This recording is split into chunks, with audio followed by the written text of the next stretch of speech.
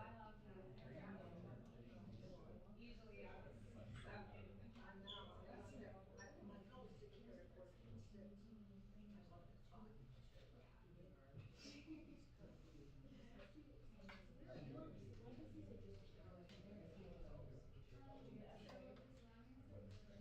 So it was running right around 8 or so. So 8 is when we end. Hi, Perfect. So we end at 8 o'clock. That's when we pick up. So we usually have pickup procedures from or if you want to do like questions at the end, I would say maybe like 15, 10 minutes. But so like we typically say about an hour and 15 minutes like total. But if you want, I can like give you a time check at some point if that would. Okay, yeah, I'll just mention it then. Yeah, of course, no problem. I appreciate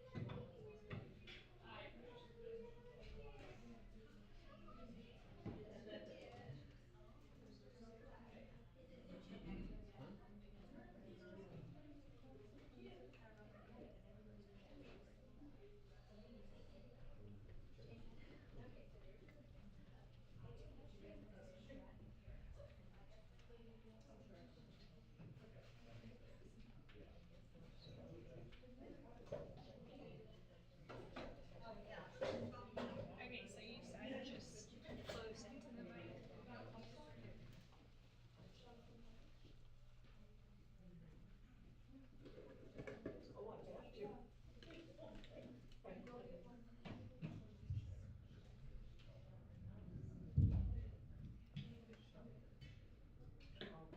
All right, hello everybody. I am so happy to see that so many of you made it out to our first gathering in Lakewood Ranch of 2026. So just a couple of things before we get started tonight. Please, just a reminder that there are to-go boxes in the back, so any food that you'd like to take home with you, you're more than welcome to do that. A couple of things, our superhero 5K is coming up in a couple of weeks, so if any of you want to participate in that, with the kiddos, we're going to have a ton of activities for them as well, so just make sure to get signed up for that. And then the SEC, they're hosting a dad's health fair, and so that will be in the announcements email tonight, so it's a great resource for fathers. I know that we often talk about moms a lot, but so I think that's a really great thing for our dads to know about too. So that'll all be in the announcements for tonight. So I'm going to go ahead and first introduce our community resource, which will be Savings Chiropractic. So you guys can come on up and share a little bit.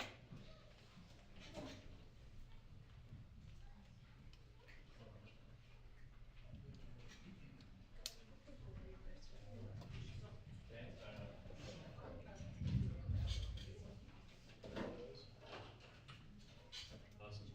Thanks. You guys hear me? Yeah. Yes. Yeah. First of all, I just want to thank the Bridge of Life family so much for inviting us here tonight and working with us in the past. Just want to thank you guys for being here and giving us your time and attention as well. But before we get kind of rolling here, if I could just ask, I'm going to ask a few questions. If I can just get a raise of a hand. Have you guys ever been to a chiropractor for things like neck or back pain? Okay. Have you guys ever taken your kids to a chiropractor for things like colic, constipation, or sleep struggles? Okay, so a lot less hands there. And then have you guys heard that more nervous system focused chiropractic can help with things such as ADHD, autism, asthma, epilepsy, and sensory processing disorders? Any hands? Any hands? You got a couple? Okay, awesome. So today we're going to get in a little bit into how that all works, share some cool testimonials and stories, including our own, and then kind of give you guys some reasons why chiropractic may be missing piece for your kids or foster kids.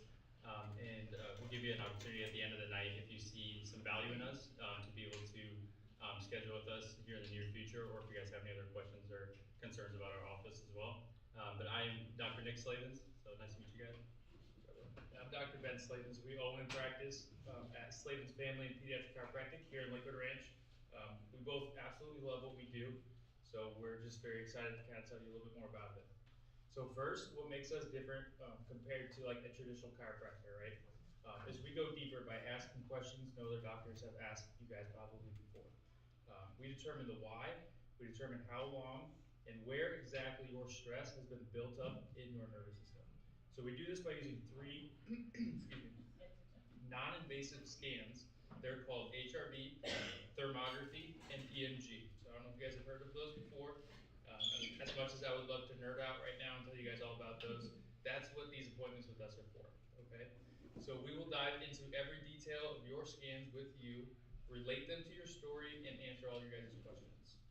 It's after this exam that we will create your custom game plan needed to get your nervous system balanced and restored, ultimately decreasing your struggles and increasing your quality of life. Awesome, thanks, Ben. But yeah, so our understanding, faith, and belief in chiropractic started at a young age for both of us with both of our stories. Mine is I had severe asthma from birth trauma when I was little. From 0 to 2, my health was not doing very good, and my parents tried the medical routes, and nothing was really working. They told my parents I would never be physically active. Luckily, they found chiropractic, and it changed my life, saved my life, and I went on, played 4 sports, played college football, and I attribute that to all to chiropractic, and that's why I'm a family and pediatric chiropractor today, and want to help kids. And then for me, I had severe ear infections, and my dad healed me through chiropractic rather than using antibiotics or ear tubes. But yeah, so we knew early on the impact that chiropractic could have on families and kids.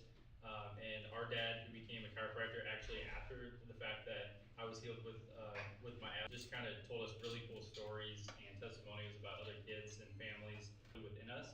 And so it really pushed us to want to become kids and family chiropractors and really go more the holistic route. So now I'm going to get into just a few really cool stories from our practice in 2025. So first one, we had a little kid, 2-year-old Noah. He was having 7 to 10 seizures a day for a few months, just at 2 years old, from birth trauma and some early life stressors. And this last 3 months, he hasn't had a seizure. So super cool story with that one. And then we have a little boy, Clayton. He had level 3 autism, and he was only saying, when he came into our office, he was only saying 1 to 2 words at a time. At PT for a while too, and just after a little bit of chiropractic care, being consistent with it though, he's saying full sentences now, and his speech therapist is saying how fast he's progressing after coming in and getting his nervous system checked and getting things progressing that way. Then we have Julian, 7-year-old now, but he had hypoxic brain injury when he was born. He has gross and fine motor challenges, and when he came into our office, he was only going to the bathroom once every 5 days. So you can imagine what that was doing to his system, but now he's going to the bathroom 2 to 3 times a day, and he's excelling doing jujitsu actually, which is really cool because he had a lot of balance issues and things when he first came in. Angelo, little 7-year-old boy, he was dealing with severe ADHD, focus, and kind of after consistent chiropractic care for a while, his peers, his teachers, and his family are really social situations and control himself and have less anxiety inside. And then last one, Riley, 10-year-old girl, her whole entire life she struggled with ear infections, taking antibiotics, chronic cough, and just getting sick all the time. And since her cough's gone, and hasn't taken any antibiotics and has had no ear infections since starting wellness care with us as well. So those are some pretty cool wellness care with us as well. So those are some pretty cool stories from this last year. Yeah, awesome stories. Thanks. Sound a little like what your guys' kids might be going through. Please don't hesitate to join our chiropractic family. But if you're not dealing with any of these tough issues, so you guys need chiropractic too. Daily stress causes our bodies to lack resilience. Okay, and it will show on your guys' scans, I promise you. And we will clear all interference in your nervous system by giving your family of holistic wellness care you've been searching for, helping your brains and bodies become stronger. Awesome. So yeah, so we just want to finish by saying we just want to be an uplifting, positive support system for your families, and just give you guys hope that if you are going through tough challenges with kids, that there is natural holistic healing opportunities and options out there. Um, but what we do at the beginning of New Year, and then with events like this too, is we do a $25 exam instead of a $150 exam. That includes a consult and nervous system scans in our office. So if you guys are interested in that, you can come see us after and ask any questions you guys have about our office. Otherwise, we have vouchers over at the front table that you can grab, and you can always call us or look us up online too. And then those packets that we handed out, on the back there's a QR code that you can look at all of our website, social media, and other information if you have any other thing that you guys want to look at with our office. But we really appreciate you guys' time and hope you guys have a good rest of the night. Thank you guys.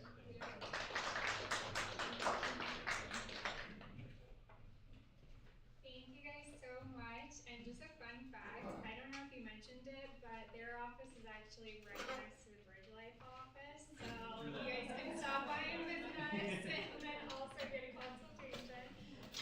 So I'm just gonna go ahead and get right into it and introduce Madison and Linda. They are here to share about some advocacy training, and I'm so excited to have them here. This is my first time getting the opportunity to see you guys speak. So please feel free to come on up and I will give you the floor. Thank you. Yeah, absolutely. Hi everybody, I'm Madison. I'm joined by Linda. Linda is our newest employee for our Sailor Freedom Prevention arm, so she's here to help out, observe.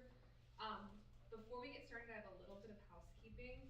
We are a nonprofit, so I have to have you guys fill out a sign-in sheet and then give me some feedback. That's just what our grants ask for. So if you wouldn't mind taking care of that, just your first name on the sign-in sheet, and then with the evals, everything in red on my screen was the exact, and I think it says 2025, I know it's 2026 now.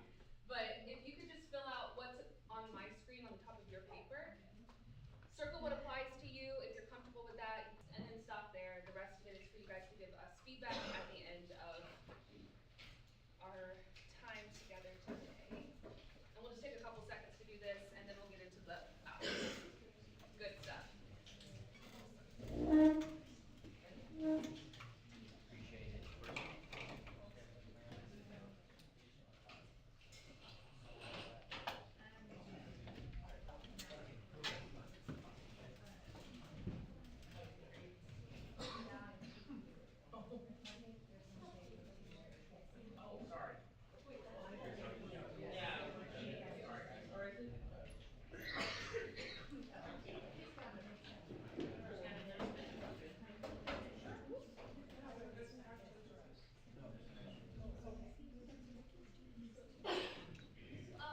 So while you guys do that, I'll go ahead and give you a little bit of information about what we do. Has anybody heard of Sailor Freedom before? Sweet. Communities and exploitation in our communities. We represent prevention, so our job is to try and get ahead of the problem. Most of the time, we're speaking with youth. We're talking directly. The goal is more so how can you help, how can you know what to look for, come alongside the youth in your life, really empower them to find their voice and protect themselves and others. So that being said, I feel like, yeah, okay, cool. So we're gonna go ahead and get into it. Really briefly, a little bit more, we have residential and outreach services. Those are survivor-facing arms. So for example, if there was an individual who has been identified as a victim of trafficking, they're put in contact with Sailor Freedom through our outreach services, and then if they are the right fit and it's what they want as well, they can be referred to a residential home. It's a year-long program. We have an 87% success rate. If you're familiar with this work, that is huge. That means 87% of individuals who graduate from our residential program don't return to a life of exploitation, not like in a residential home environment, as well as working closely with law enforcement. So if you ever see like, there was a major sting operation and victims were identified, outreach is there on the scene working with law enforcement to get those survivors placed in the safest position possible for them. So that's kind of a really brief overview of what we do. but let's go ahead and get into it. So this is called our CSEC advocacy training. That is the commercial sexual exploitation of children, which is a lot, right? This is not a fun, lighthearted topic. It's pretty heavy. However, the reason that this is called our CSEC advocacy training and not just human trafficking awareness training is because we really want to get to the root of a lot of what we see survivors struggle with. When we're working with youth, we help them to identify what are their vulnerabilities. So what are the thoughts, the needs, the desires that exist in your life that if there was somebody looking to take advantage of you, that's how they would do it. And there's lots of different examples, we'll go through a lot of those. But unfortunately, a very common vulnerability is having experienced sexual abuse as a child. A lot of times that creates root issues that are then exploited and taken advantage of by others in the future. So that's why you are gonna get kind of a really big overview of what trafficking looks like, but we're also gonna dive a little bit deeper. Now that being said, when I say human trafficking, how would you define that? Does anybody want to take a stab at it? What do you think of when you think of human trafficking? Any words come to mind? Movies, TV shows? Exploitation. Have you guys seen the movie Taken? Yes.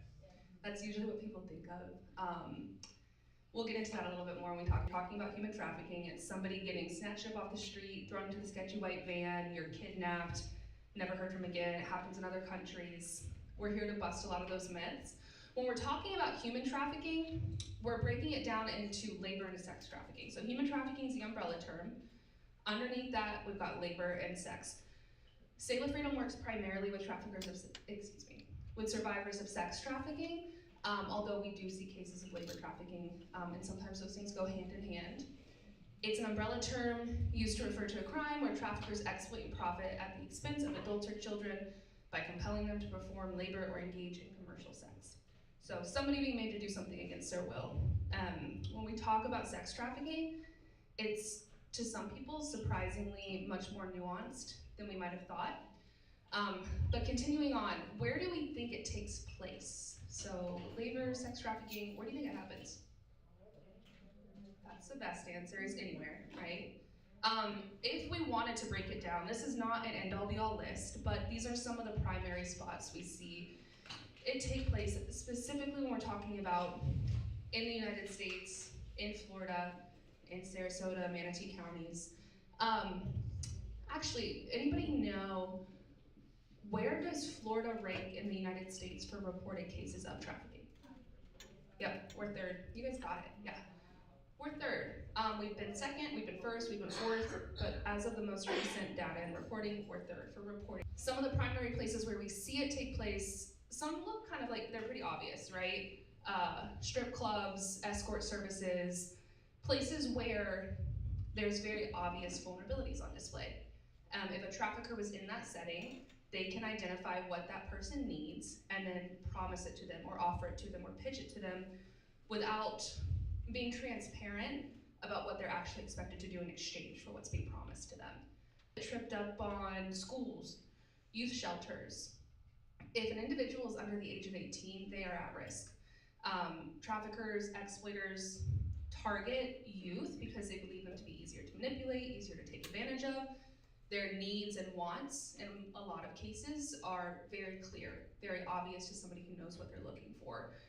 You'll hear this a lot in media, conventions, sporting events, anywhere where there's like a large group of people gathering, you're gonna see an uptick in trafficking occur, but it doesn't have to just be in those situations. Most of the time when somebody is experiencing trafficking or exploitation, it's happening consistently. It doesn't have to look like somebody being kidnapped, tied up in a basement somewhere. Most of the cases that we work with, that individual might have still been going to work, they might have still been going to school, engaging with their friends, but the trafficking was happening behind closed doors, it was happening on the weekend. It doesn't always look as obvious as we might think. Okay, now specifically what is sex trafficking? And we're gonna spend a little bit more time on this than the last definition because this is so important. Has anybody ever heard the term child prostitute? Yeah, it's outdated, it's wrong, it should never have existed in the first place. This definition is the answer to that. So up until 2015, a child prostitute could be used. This is a legal definition now because we understand that there's no such thing as a child prostitute. There's no such thing as a child being able to consent to a sex act with an adult. However, there's been plenty of cases where victims have been brushed off because that was the mindset of the people around them, the people they were working or they were going to for help. So sex trafficking is a commercial sex act exchanged for something of value through the use of force, fraud, or coercion. Force, fraud, and coercion don't need to be existing in that situation. So breaking this down, what do we think is something of value that we commonly see exchanged for a sex act? What was that? Money's a big one. It's like probably number one. Drugs is another big one. Put that up there with it. Shelter, basic survival needs. Individual needs their basic survival needs met, that's very obvious, but an individual could have those basic survival needs met. Maybe they do have shelter, food, water, access to loved, or they don't feel accepted, or they don't feel supported, so they're seeking that need to be met elsewhere. And we'll see traffickers promise. It doesn't have to be just tangible items, although a lot of times it is. A lot of times we'll see gifts, right, to make that individual feel like they can trust them, that they're cared about, that they're special. When we're talking about youth, anything that they want access to but they can't really get their hands on legally or easily, alcohol, vapes is another big one that we're seeing. Somebody coming in, I can give this to you, I can provide this to you, and maybe the person who is providing it or promising it is not honest about what they expect in return. Or eventually it becomes a you owe me, or you're obligated to do this for me because I did this for you.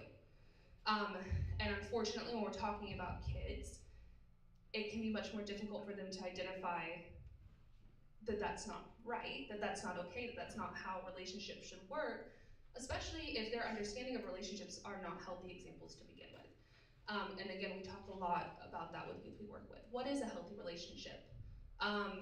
What is and is not acceptable in a relationship? Those are some other ways we can help prevent exploitation or help our youth be able to see if it's happening to them, right? If somebody loves you, are they going to be physically violent with you? No.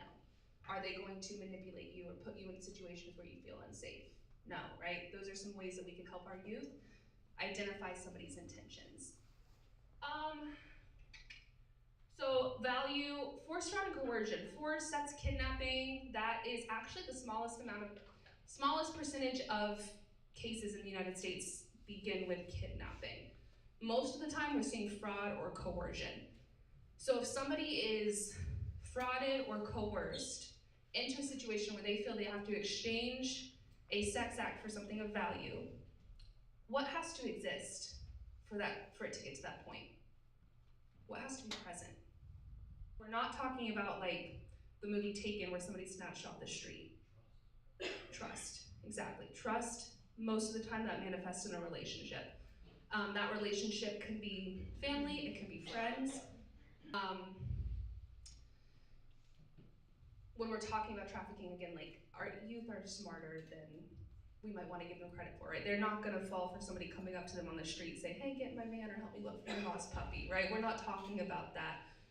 We're talking about somebody taking it to a certain extent and then exploiting the situation, the relationship that they've formed with their victim.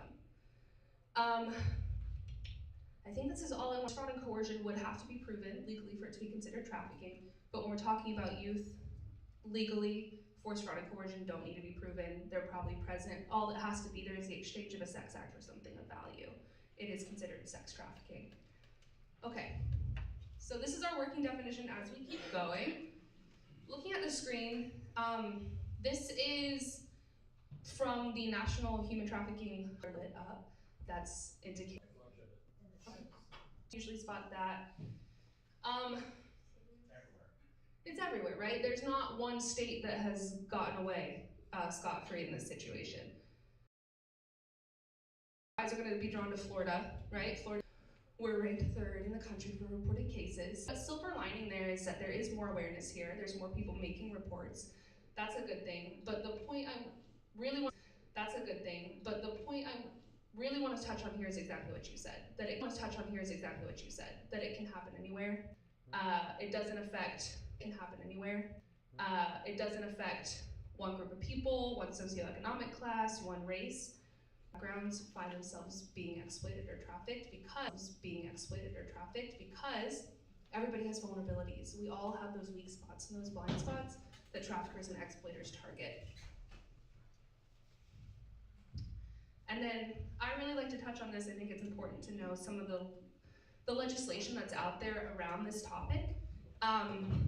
So the Trafficking Victims Protection Act, that's where we got that definition of what trafficking is. That was this idea of there's no such thing as a child prostitute. And then SESTA and FOSTA, this got rid of immunity on websites facilitating sex trafficking. Does anybody remember Backpage? Anybody remember Backpage? Yeah?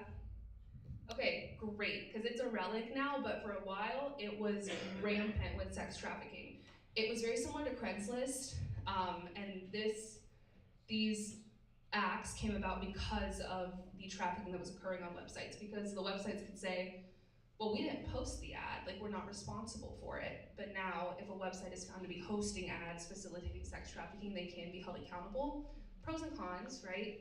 Now, we can see it if it happens, but then it also makes it harder to spot it now because they found other ways to do it.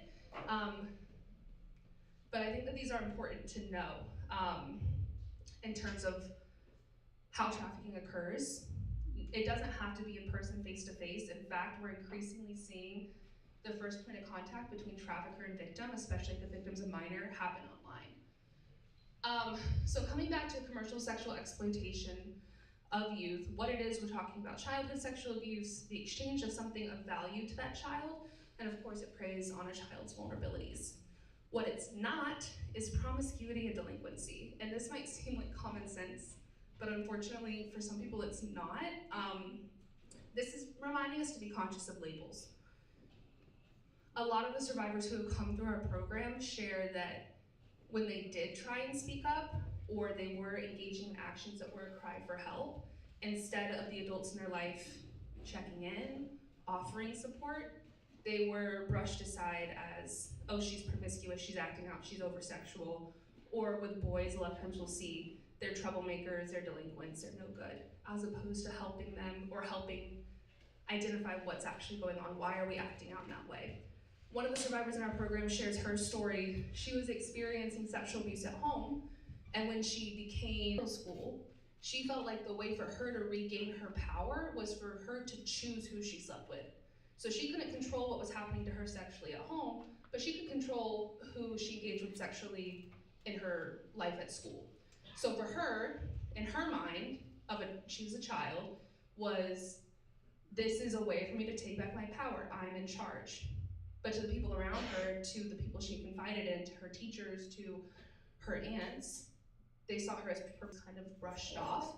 And she heard the way that the people in her life talked about other girls who they labeled promiscuous, and she never felt like she could confide in what should have been her support system and trusted adults because of those labels that she was hearing, as opposed to one of those adults looking in, a little just wakes up and wants to do this. You can't just walk away. Again, referring to the fact that a lot of times it's a lot of factors built up over time, vulnerabilities built up over time that are identified by the right person looking to take advantage. Okay. And then coming back to some of the vulnerabilities that CSEC can teach a child. So we see that boundaries, innocence, sense of control can be lost. Manipulation, fear, coercion can become normalized. Kind of coming back to this idea of if we don't know what a healthy relationship is, we can find ourselves then repeating these cycles of unhealthy behavior because we haven't ever learned or experienced different. So if manipulation and fear are what a child understands to be normal in any type of relationship, it makes it that much more difficult when they become older teens or adults to identify that what's happening to them is unacceptable and then to speak up and get help because of it. Self-confidence and self-worth are destroyed. Shame and secrets can become part of who they are. And then this last one is so common. I would say anecdotally, all of the women who come through our residential home believe this at some point, that what happened to them, that's work to combat that, right? That's not true. You're worth so much more. Your self-worth absolutely is valuable in there. However, after years and years of being told that you're worthless or this is all that you're good for, that it's your fault, it can make it so much more difficult for that person to speak up and get help. So the point here being that we want to try and get ahead of it as soon as we can. If we're seeing the signs, if we're seeing these cries for help, if we are that safe adult in a youth's life, we want to make sure that we maintain that if they come to us and they share what's happening, that we're an open, non-judgmental space, proper resources, that we hear them, because most of the time they have been brushed aside and they haven't been heard. So this is one example of how we might see this happen. I want to make it very clear, every survivor's story is so different and there's so many variables involved, but this is a pretty solid example of how we might see this occur. So you have a youth who experiences sexual abuse, that can begin at any age, then they're lied to. We know that perpetrators, they're not taking accountability for their actions, they're putting the blame on the child. And again, as adults, we know it's not your fault that that person took advantage of you, but to a child, it's much more difficult for them to identify that or to know the truth of the situation. We also call this victim blaming, right? Like, if you hadn't acted like that, I wouldn't have had it for you, right? We know that the adult is responsible for their actions, however, they're gonna put the blame on the victim. So to escape the abuse, maybe they run away. The average age of running away and entering into sex trafficking is 15 to 17. This is also sort of like prime age for somebody looking to take advantage.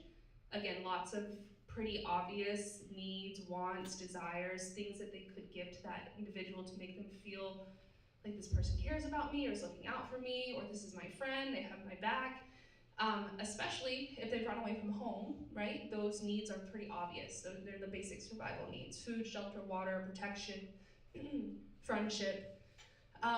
They may be approached within 48 hours. 1 in 3 young people and more meets up with them in person, etc., blackmailing them with their nude images, basically.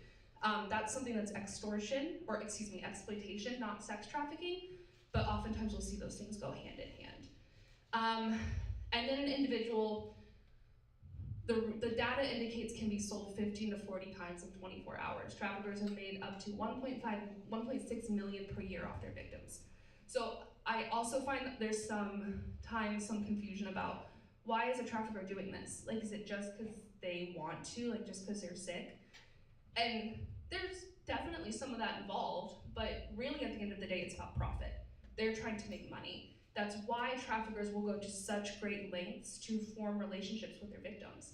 A lot of the survivors in our program, when they first come to SELA, they are still referring to their traffickers as boyfriend, husband, girlfriend, partner, because for so long, that's what that person was to them. Yes, they exploited me. Yes, they hit me. Yes, they put me in unsafe situations, but at the end of the day, they were the person that was there. Some version of that. So the reason that traffickers take such great pains to form those relationships and to put the time and effort into those relationships is because, again, at the end of the day, it's about making money. Okay.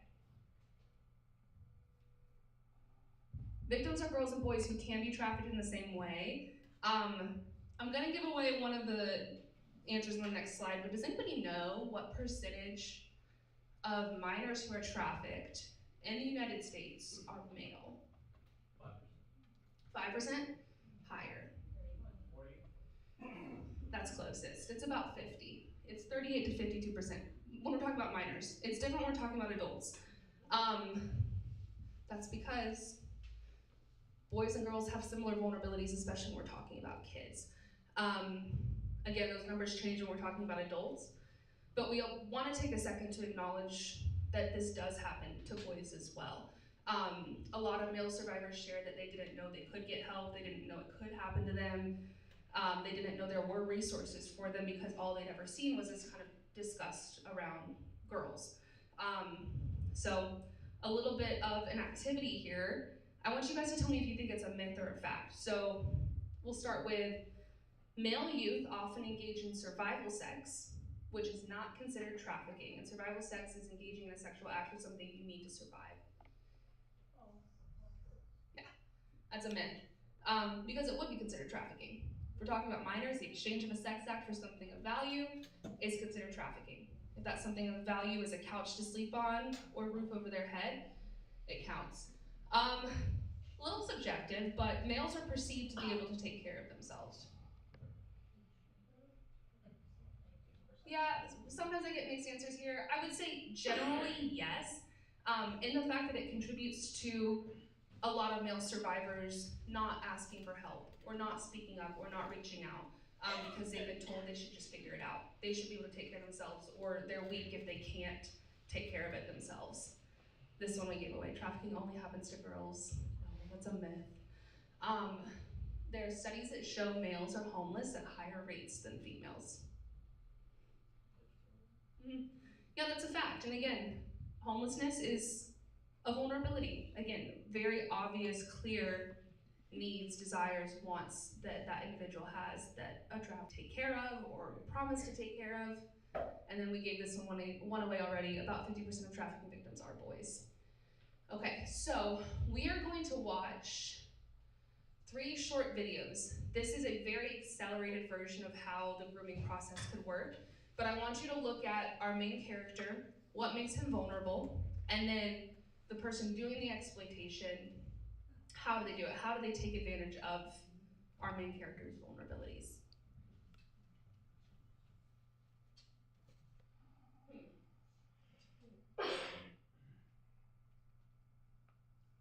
Do we think we could turn the volume up?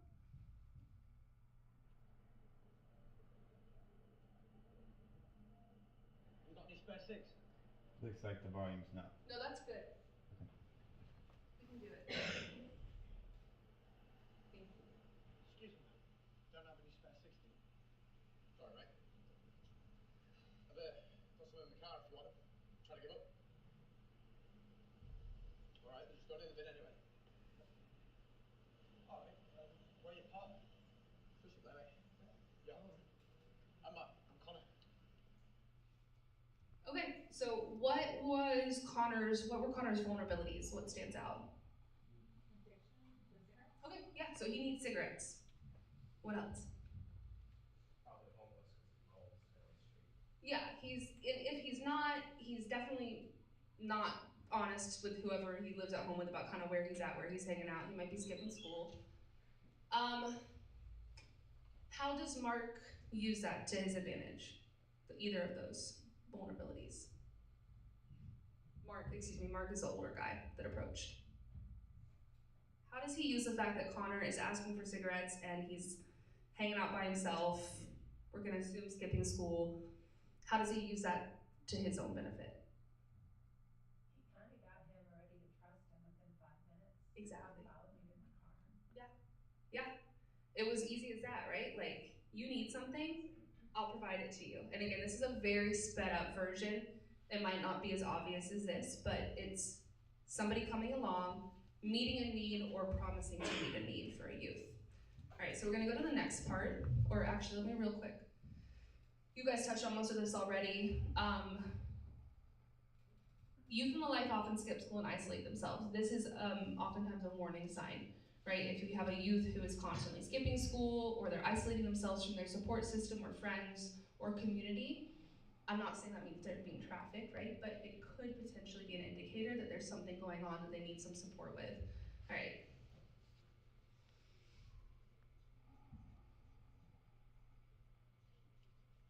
I hate my school, mate. My teacher today, she kept talking about all the homework and where I've been and all this crap. Do you know what? I just walked out at break, sod the old bag. You didn't tell her you were coming here, did you? No, I didn't tell her out. She thinks she knows everything at school. Screw you, Mrs. Allen. Oh yeah, I'm having a party here tomorrow night if you want to come. You can stay here if you like. I know the buses are crap after 11. Yeah, sure. I'll tell my mum and stay with my mates. Nice. Yeah. And yeah, wear these to the party too if you like. For keeps, really? Yeah, well, come back to see you in the most scruffy ones. And I figured your mum's not going to sort you out, I might as well. Jeez. Okay, and I know their accents are a little bit hard to understand, but what stands out to you here? What does Mark do that makes Connor feel like he can trust him? Or do we find any more vulnerabilities that Connor makes known? He doesn't want to be in his home. Yep. So he doesn't want to be at his home. He clearly kind of has an issue with authority with his teacher. And then what does Mark do to reinforce that idea for Connor? He gives him the shoes and he makes a comment like, if your mom won't take care of it, I will, right? He's driving a wedge between Connor and maybe what's already a fraught relationship with his mom. Yeah.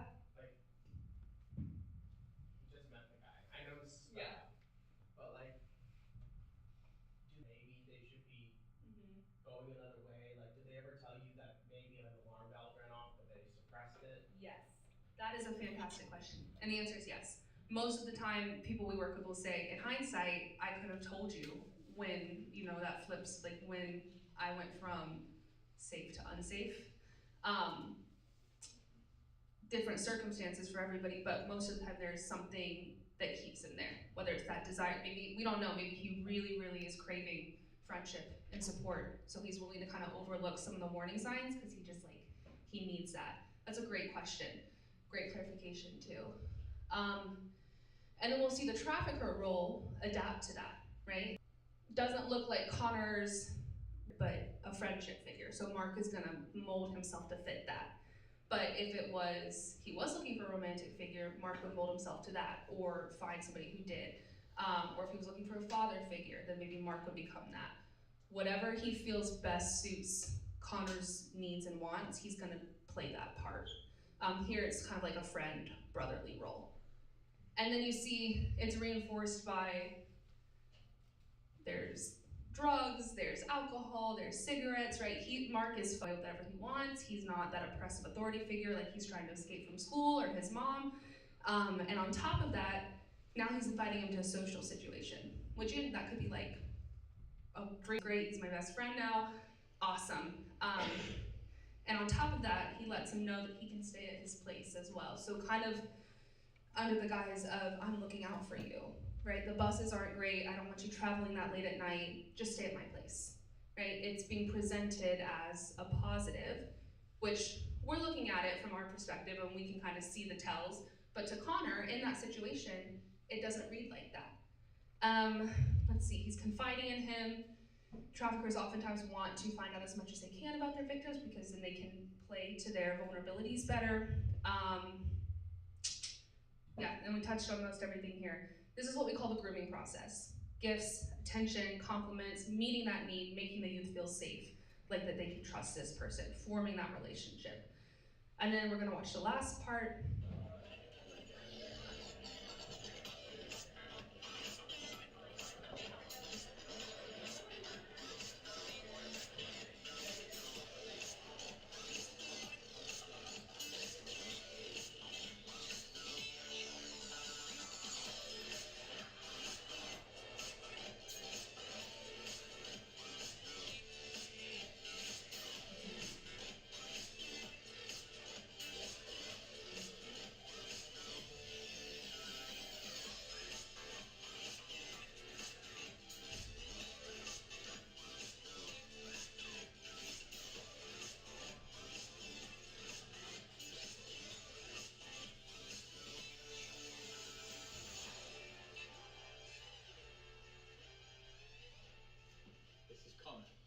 He's new.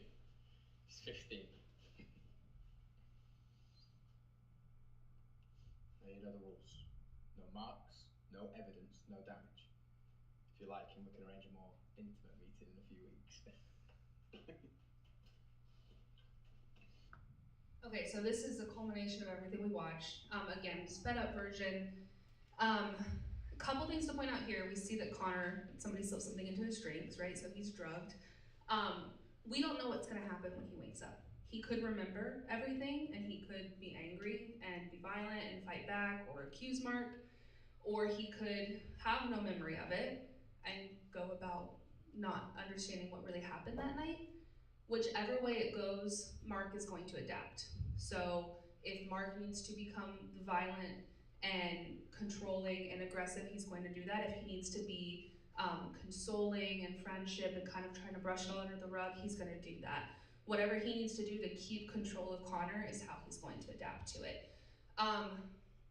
Again, this is just one way we might see it happen. Not to throw my mom under the rug, but my mom has taken this training And she told me afterwards, I feel bad, but my first thought is like, he shouldn't have been at the party drinking, right?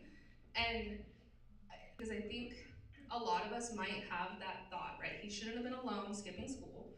He shouldn't have been hanging out at this guy's house drinking and doing drugs. He shouldn't have been at the party drinking. Okay, yeah, best case scenario, we're not engaging in that activity.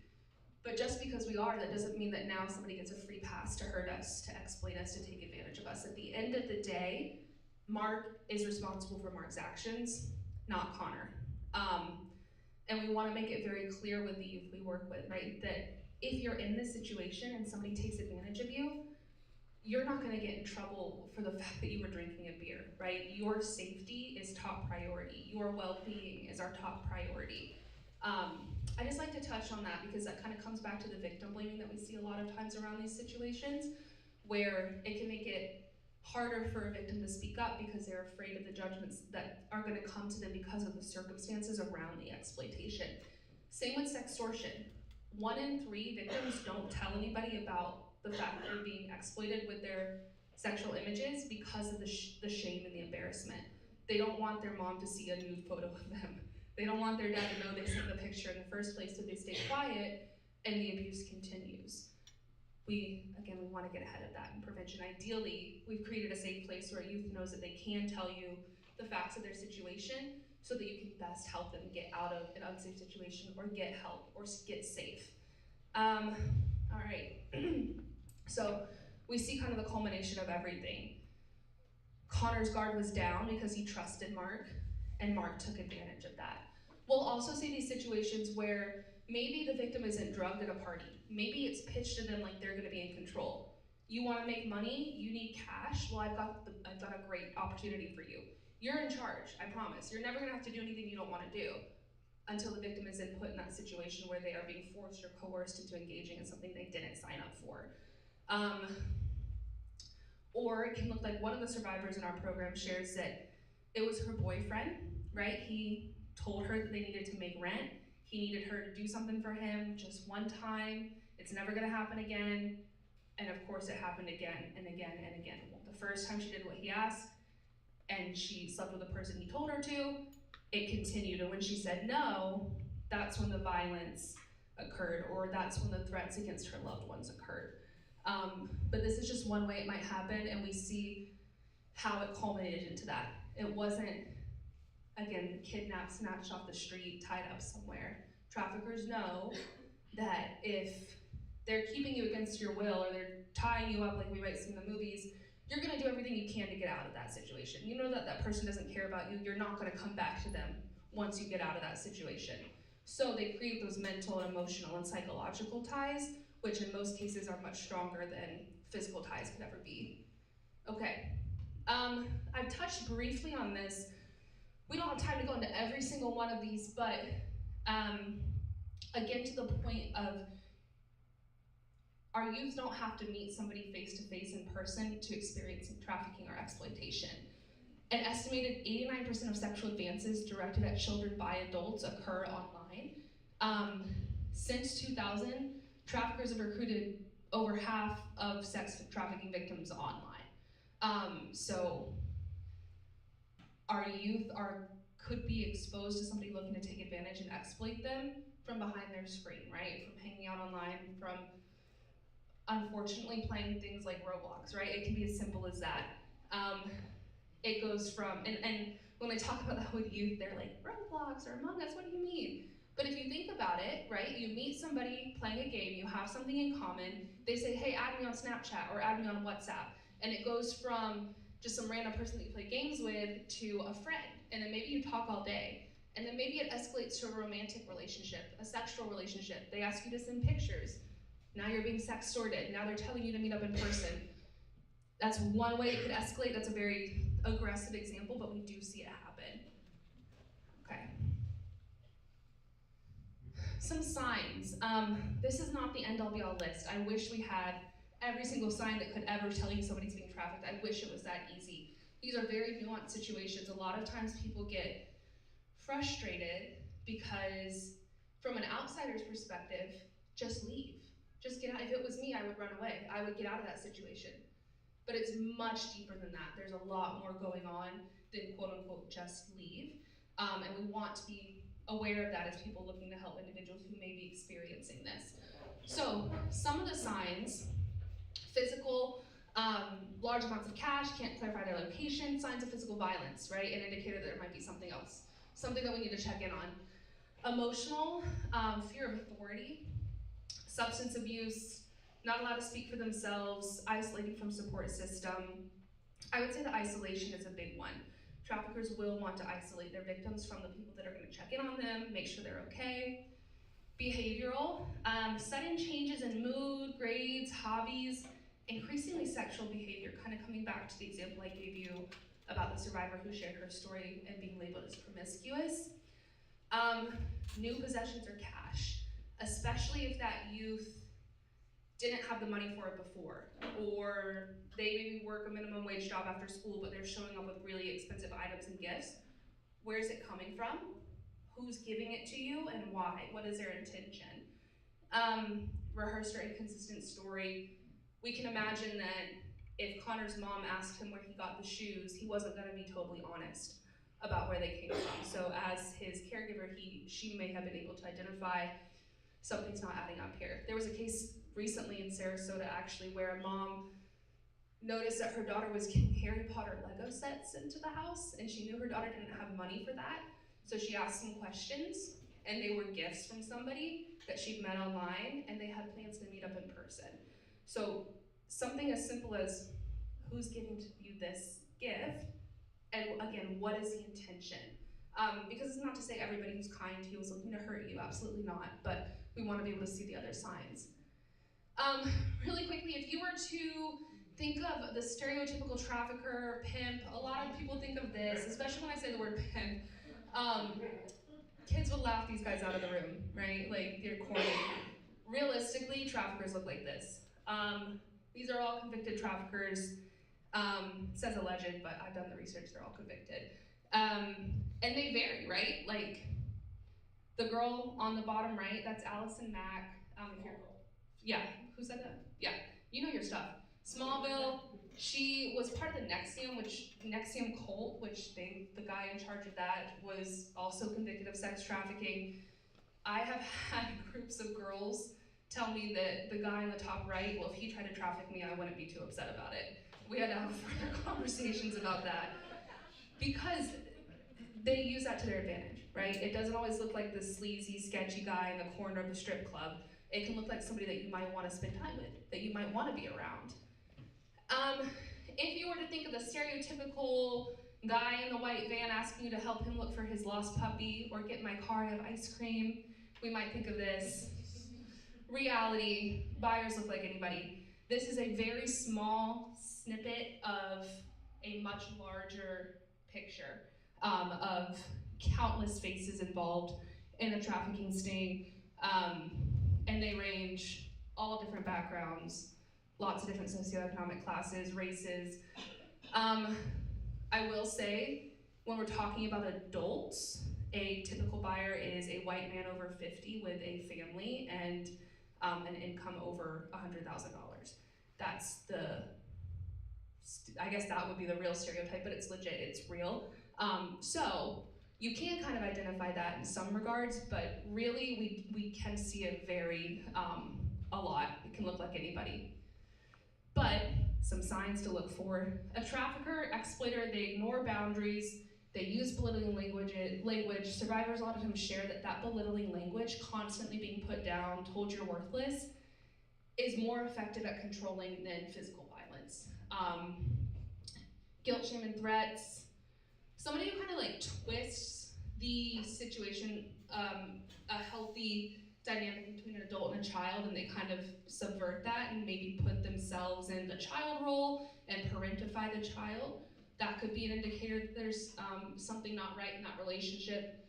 Excessive gifts, kind of like the grooming process, we saw that with Mark. Encourages youth to run away. This is a big one. You don't get along with your family, they don't understand you, I understand you, come stay with me. You can come stay at my house for free, just crash on my couch. What we see that oftentimes turn into, unfortunately, is then, well, did you think this was like you could use my electricity and water for free. No, you owe me. I'm creating a sense of obligation. Tries to get to know your story, start a fake relationship. That's not just like, what do you do for fun? It's what do you, again, those vulnerabilities. What can I provide to you to make you feel comfortable, to make you feel like you can trust me if I'm the trafficker? Okay. Through them in. We've touched on this a lot already. Promises, identifying what that person needs. And then once they have those promises, make that person feel like they can trust them. We'll see the use of violence, threats. Drugs is a big part of it. A lot of survivors do struggle with addiction of some kind, whether that was an addiction that was pre-existing that a trafficker exploited, or a trafficker worked to create an addiction or dependency in the victim. That will typically linger and be present, excuse me. And then intimidation, kind of coming back to that belittling language, putting somebody down. And if it's so bad, why don't they just leave? I have had so many people ask me this, like people with good hearts, like genuinely, like really, like if they're in that situation and it's as bad as you're telling me, why would anybody stay there?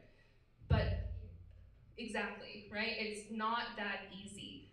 This quote really sums it up. Most people who brainwash use methods similar to those of prison guards who recognize that physical control is never easily accomplished without the cooperation of the prisoner. The most effective way to gain cooperation is through subversive manipulation of the mind and feelings of the victim, who then becomes a psychological as well as a physical prisoner. This is where I find a lot of people get, I think I mentioned this already, get kind of frustrated, because in some cases, it may look like the victim willingly is in that situation. We know there's a lot more going on behind the scenes, but it can look like that person is choosing to stay there, or they chose that situation. And maybe they chose to be with that person before they knew the reality of what was actually gonna happen, but now they feel trapped. And they're trapped in a way that you could never see from the outside. So that being said, we're gonna dive a little bit deeper into the psychological effects of trafficking. Are we familiar with the term trauma bonding? Yeah, I find a lot of the youth we work with think that trauma bonding means, oh, like we have the same trauma, like we're besties, like we're bonding over it. When in reality, we're talking about something a little bit different. We're talking about a situation where traffickers use rewards and punishment to build an emotional connection with the victim. They provide a hope of a better life, while abilities, self-esteem, gradually brainwashing them into thinking that the best thing for them to do is to stay in their current situation. It can lead to deep emotional scars. It can make it very hard for a victim to escape the trauma of trafficking. Now, a little disclaimer here, Stockholm Syndrome, that's kind of the outdated term for trauma bonding. That refers to a very specific situation, but a lot of people, you might think that this sounds a little bit similar to Stockholm Syndrome, where the person who has been kidnapped or been victimized then attributes their survival of their situation to the person who kidnapped or victimized them in the first place. So, for example, I've had survivors share different versions of this, of, well, yes, I was being trafficked, and yes, I was being taken advantage of, and yes, I was being beaten, and yes, I was being assaulted, but he's the only person that ever said they loved me, or he's the only person that ever said they were proud of me. And that was something that that individual just craved so deeply, and that is what kept them. It would be good for a little while before it was bad again. Or the trafficker would promise it would never happen again, and they wanted to believe them so badly, and then it did happen again, and then they started the cycle over and over. It takes immense courage for a survivor to disclose and get out of that situation. So speaking of, how can we assist somebody who may be looking to leave an exploitative situation? And if you're familiar with any kind of recovery, this might look familiar. This is a stages of change model. And this is what we use when we're talking about a victim leaving a life of trafficking and getting help. So, well, let me, real quick too, you can find yourself anywhere on this wheel. So an individual, they might be in their maintenance phase, on their way to stable behavior, and then relapse. Unfortunately, that's oftentimes kind of part of the process, and we want to understand that. As caregivers, as people who are looking to help somebody who may be in an exploitative situation, it can be very frustrating or confusingly. Why would you leave this safe environment to go back to exploitation? But understanding, again, all of those things that built up. One of the survivors in our program did do that. She was so close to graduating. She was almost to the end of our residential program. And one day we dropped her off at school and she was not there for us to pick her back up. We found out that she had reconnected with her trafficker. She had gone back to that situation because the stress and the fear of living a life that was not being exploited and having that responsibility on her shoulders was triggering for her. So the way that she had previously coped with it was drugs, so she returned to that, and unfortunately that was tied to her exploiter. She's great now, she's thriving, but that's one example of how that can happen. So we want to work with victims to make sure that they have healthy coping skills, they have strong measures in place that if they do feel that desire to go back to the life for whatever reason it might be, maybe it's they don't like the rules or they feel like they're controlled and they want to return to a life of quote, can decide that when you're in a program, right, it can be very tricky sometimes, but at least then you can make the decision. Pre-contemplation, this is when somebody discloses involvement in the life, but they might deny being exploited. We never want to force a victim to identify as a victim or as a survivor of trafficking or exploitation if they're not ready to do so. Then we move into contemplation. They might be open to self-reflection, but might not be ready yet to leave that situation. This is where we want to encourage their ability to do so, right? Like you can, like you're strong enough, you're brave enough, you absolutely can, you have the resources, you have it in yourself to live a life free of somebody exploiting you or taking advantage of you. You deserve that. That's what we want to be instilling in somebody at this point. Then we move on to preparation. I'm sorry, I got a little hot. We move on to preparation. This is when somebody is ready to take the steps to leave, they're open to a plan. They might not be ready to okay, I'm leaving right now, but they're ready to talk to you about what that looks like. Encourage small initial steps, validate fear of change, and then we move into action. So this is when somebody does leave the life, possibly in stages. This is when contact with the exploiter or trafficker is cut. We want to validate their efforts, and we also want to be ready to discuss feelings of loss because they are completely changing their life. Kind of what I said earlier, a lot of times survivors still refer to their trafficker as boyfriend or ex when they first get into our program because that was their life, that was their reality for so long. And in some ways they've lost that. Maintenance. This is where somebody now develops new skills. They learn how to avoid those temptations, learn how to respond to triggers in a healthy way. We want to recognize that progress, we want to validate those strengths. And then like I mentioned, unfortunately, relapse. This might be when somebody returns to the life, reconnect with their exploiter. We want to address feelings of failure, offer reassurance, and then of course create healthier, stronger coping mechanisms so that in the future, when they feel that pull or they feel that they're being triggered and they just want to escape their situation and leave, we have those systems in place to prevent that from happening again. Understanding the do's and don'ts, this is a good one too. So when we're talking with somebody who may be have been exploited or trafficked or is just experiencing any kind of abuse, we want to be non-judgmental. That's like baseline. We don't want to react verbally or physically in a way that communicates disgust or disdain. Somebody who has experienced trafficking or exploitation, they may have experienced things that are really hard for you to hear. They might have also participated or done things that are hard for you to hear. There's something called peer recruitment, which is where somebody who is being trafficked recruits other people into a life of trafficking for their trafficker. So they're simultaneously victim and perpetrator.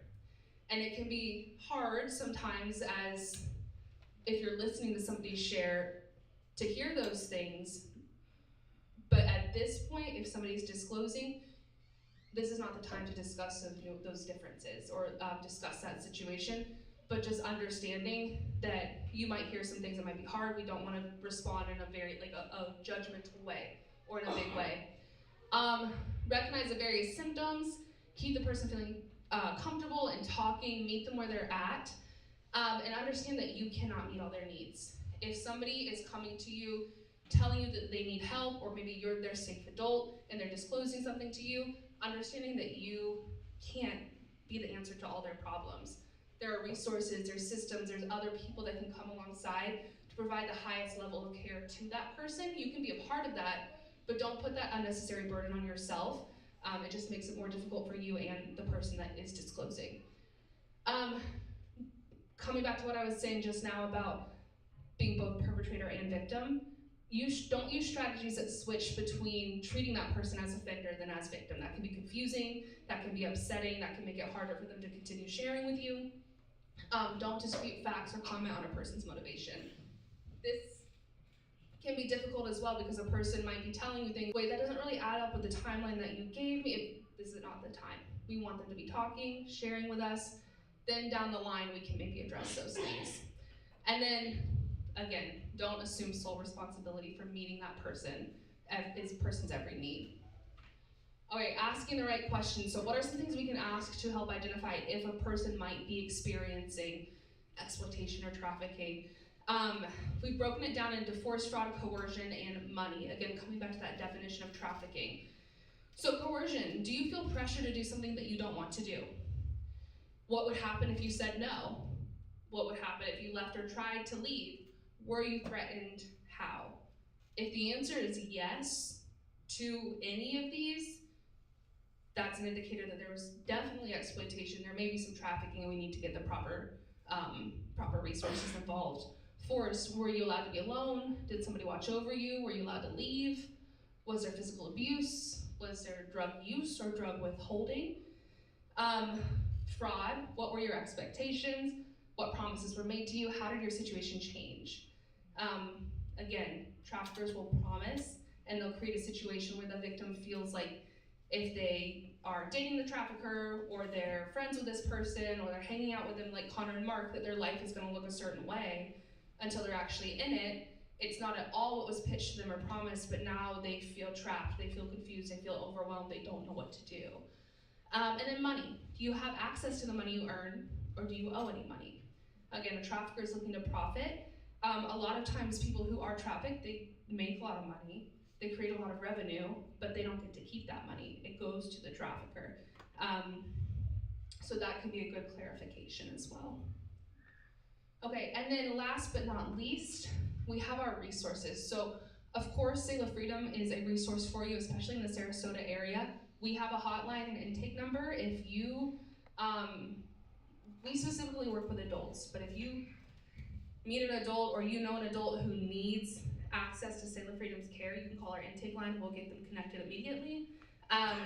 If you have more questions about prevention or you feel like you know a group of youth who could benefit from prevention trainings, you can email us at prevention@saleoffreedom.com. But more importantly, the National Human Trafficking Hotline, it's 24/7. You can call, you can text, you can leave as much or as little identifying information about yourself as you want. But we always say it's better safe than sorry. If you suspect something and you're like, oh, I don't know, it could go either way, it's better to just report it and have it on record than let it go. And the cyber tip line, if you have a youth who is experiencing online harassment, sexual exploitation online, sextortion, threatening them with their sexual images, the cyber tip line is similar to the National Human Trafficking Hotline. Call, text, report, 24/7 access for you. And then that is it.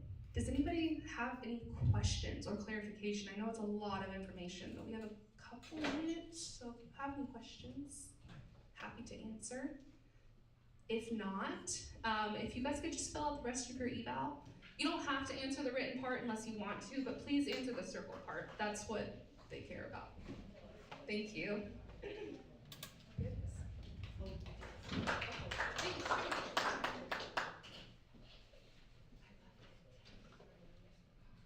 you so much. I'm so sorry if it got a little toasty in here. It's our first time in the space, so still learning the airflow.